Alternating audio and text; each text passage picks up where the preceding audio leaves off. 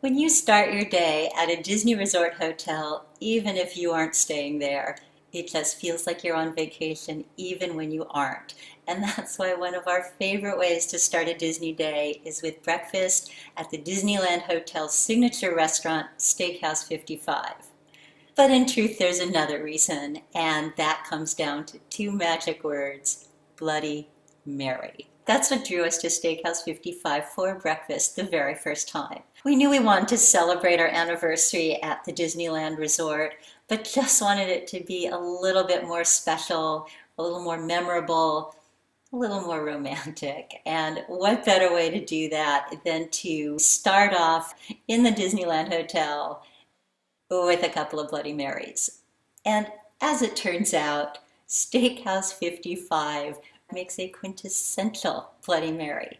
Literally, it is the Bloody Mary to which we have compared all other Bloody Marys. And when you order them spicy, they make them spicy. And Steakhouse 55 knows they've got a winner on their hands with their Bloody Marys because they just rolled out a signature version called the Ultimate Bloody Mary, and it could pass as breakfast or a power drink because they managed to put in a single glass thick cut bacon, a tiger prawn, big one, the ubiquitous celery stalk, not just any olive but pimento stuffed, a cocktail onion, and Tito's vodka. A very good choice for a Bloody Mary.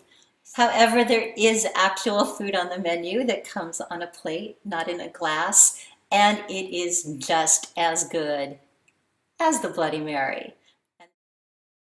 Originally, what sold us on the Steakhouse 55 menu were their south of the border entries, which instantly spoke to us as Southern California natives and really impressed us for having just that right kick of heat and authenticity while still having an elegant flair. Those items have since been replaced with a whole new menu, and on the one hand, crushing. On the other, Disney will always inspire a leap of faith and a willingness to accept the new.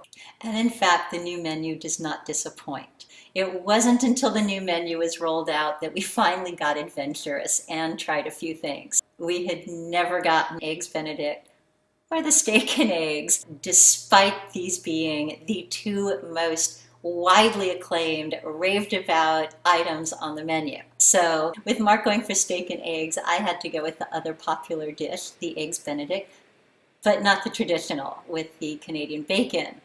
The new menu featured two other versions, one with serrano ham and the other with smoked salmon and caviar. I got the smoked salmon with caviar because caviar, and I was just really interested to see, was it going to be a few little freckles decorating the tops of my beautiful poached eggs with hollandaise, or was it going to be more sumptuous than that? Curiosity demanded daring, so I went for it. And like all things Steakhouse 55, yum. The caviar, it was sumptuous. The smoked salmon, divine. It was velvety, salty, just the right hit of dill around the edge. Delicious. Smoked salmon is never a slam dunk, and Steakhouse 55 nailed it. So, steak and eggs, delicious. It was flavorful, juicy, tender, perfect sear on the steak. It's a steakhouse. They know what they're doing. And Mark couldn't have been happier. So it's still definitely a must-have. So steak and eggs, salmon eggs Benedict, chicken and waffles, custom 3-egg omelet, pork belly chilaquiles, German apple pancake with lingonberry jam. Lingonberry. And by the way, stuffed brioche French toast with berries and cream. Yeah, it is a seductive menu, and Steakhouse 55 has done a really good job in curating a selection to please everyone at the table. Let's talk atmosphere, because just being led into the dining room, you know you're headed for a special experience because you're passing what feels like a life-size image of Walt Disney in the early years of Disneyland, and then you're led into a dining room that is not your ordinary steakhouse. It isn't dark and musty and filled with echoes of cigar smoke from eras past. It is bright with cream and plum tones, dark wood, white tablecloths.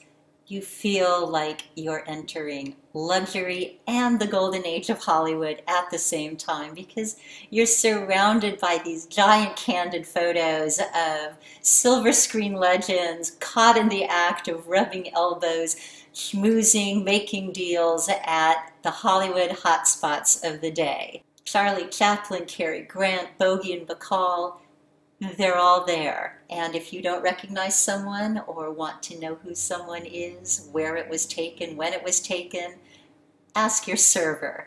The staff has been very well trained and prepped for just such questions, and we have witnessed several history lessons at various tables because that's how much these cast members know about the era in which this restaurant is paying tribute.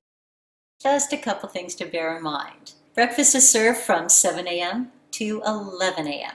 and we tend to always hit the last service around 11, and that works well for us because the room is usually pretty sparse and we can pretty much ask for any booth or table that we want.